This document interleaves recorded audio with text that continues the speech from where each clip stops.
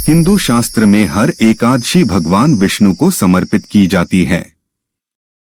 पार्श्व एकादशी भी भगवान विष्णु को ही समर्पित है। इस साल यह 25 सितंबर को मनाया जाएगा। इस दिन भगवान विष्णु के भक्त उपवास रखकर भगवान विष्णु की पूजा अर्चना करते हैं। ऐसी मान्यता है कि इस व्रत को करने से व्यक्ति पापों से मुक्त होकर स्वर्ग में जाकर चंद्रमा के समान प्रकाशित होकर यश को प्राप्त होता है। इस व्रत की कथा पढ़ने या सुनने से हजारों अश्वमेध यज्ञ के समान फल प्राप्त होता है। यदि आप भी भगवान विष्णु की पूजा अर्चना करते हैं तो 17 सितंबर को पार्श्व एकादशी जरूर करें। यह व्रत आपकी सभी मनोकामना को शीघ्र पूर्ण कर देगा। यहाँ आप पार्श्व एकादशी व्रत की पूरी कथा देखकर पढ़ सकते हैं।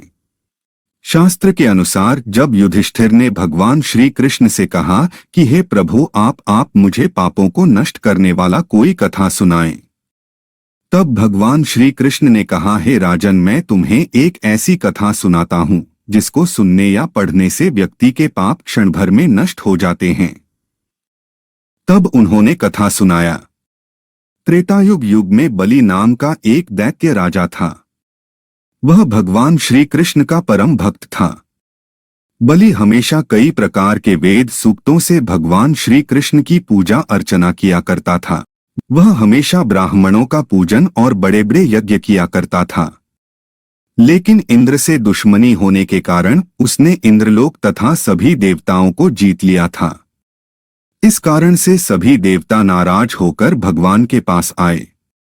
वहां बृहस्पति सहित इंद्र देवता भगवान के पास नतमस्तक होकर वेद मंत्रों द्वारा पूजन एवं स्तुति करने लगे। उसी वक्त भगवान श्री कृष्ण वामन रूप धारण करके 5वां अवतार लिए।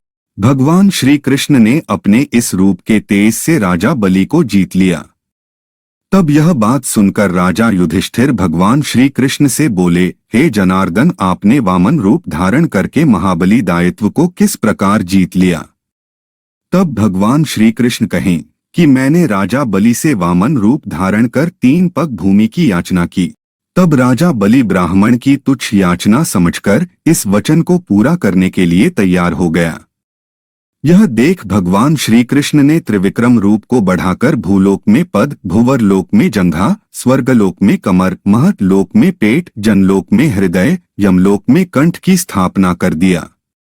यह देखकर सभी देवतागण भगवान श्री कृष्ण की वेद शब्दों से प्रार्थना करने लगे। तब भगवान श्री कृष्ण ने राजा बलि का हाथ पकड़कर कहा, हे राजन, एक पग से पृथ्वी, दूसरे पग से स्वर्गलोक पूरा हो गया। अब मैं तीसरा पग कहाँ रखूं? यह सुनकर राजा बलि भगवान को तीसरा पग रखने के लिए अपना सिर दे दिया, जिस वजह से राजा बलि पाताल लोक को चला गया।